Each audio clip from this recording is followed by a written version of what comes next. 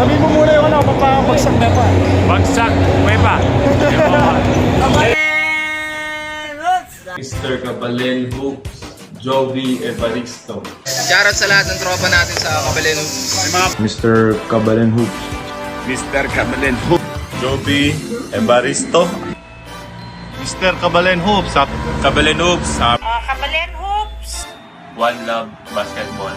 One Love Kabampangan. Kabalen! Susuporta mga kabalen, mga design lanterns. At susunod, papapart naman si Marty. Siya ang pagparte na. Rapa ngayon. Ayun siya na rin. Ayun na, magbawa na. Yon mga kabalen, PSL Pampanga Invasion, day 1 ito mga idol, kung saan bakbakan na naman ulit ito. At syempre, nagpapasalamat ako sa pagkakataong makapunta ko rin dito at makasama sa staff ng Pampanga Giant Lantern. Syempre, mas masaya, mas masarap talagang manood ng live action sa mismong Verenciao Convention Center, kung saan madaming mga laro ang tumatak sa lugar na ito mga idol. Kaya abak na kabalen, pamagsaktan eh. So for nakapanood din ako ulit ng live. Kasama namin si Coach sa isa. Boss Brian, mayaman na ngayon. Ayan, nakita niyo yung mga board niya. Coach sa isa, Coach thank you. Thank you solid yan. So andito yung mga boss at mga idol natin. Pride of, siyempre, Tinero, Dolores, Bacolor. Pero, aside mo lang yan, mga Lodi. Shoutout, Tinero at Dolores Boys.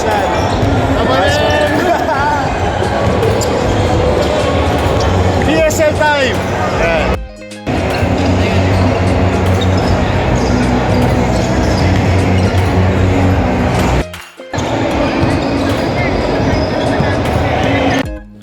Yon, so sa unang quarter ng bakbakan mga idol, medyo nangangapa pa. Siyempre, first time, first game glitch ito ng mga player natin, mga idol. At sa simula pa lang ng laro mga idol, ang ganda na ng depensa nitong si Raymond Binuya. Yes mga Lodi. At siyempre, nung third quarter, nung nakuha na ang rhythm ng mga bowler natin, itong si Dombera, pumukol ng 3 na sunod-sunod. At yun na nga mga kabalen, no? Naging saksi ulit ako kung paano mag-coach at mag-handle ng player ang bagong general manager ng Converge sa PBA. Walang iba kundi si Coach Governor Dennis Delta Pineda mga idol. Yes mga kabalen.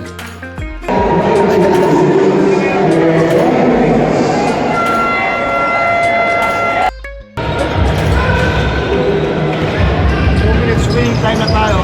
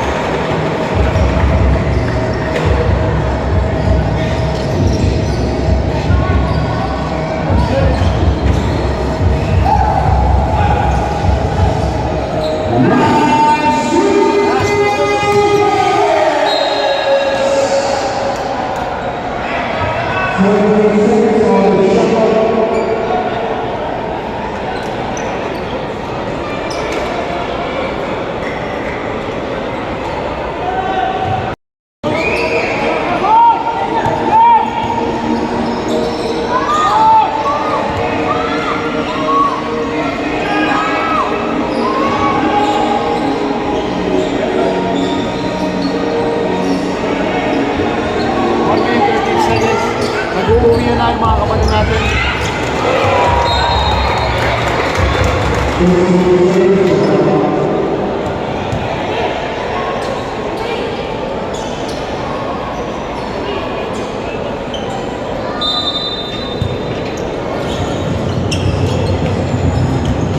Ay, ala.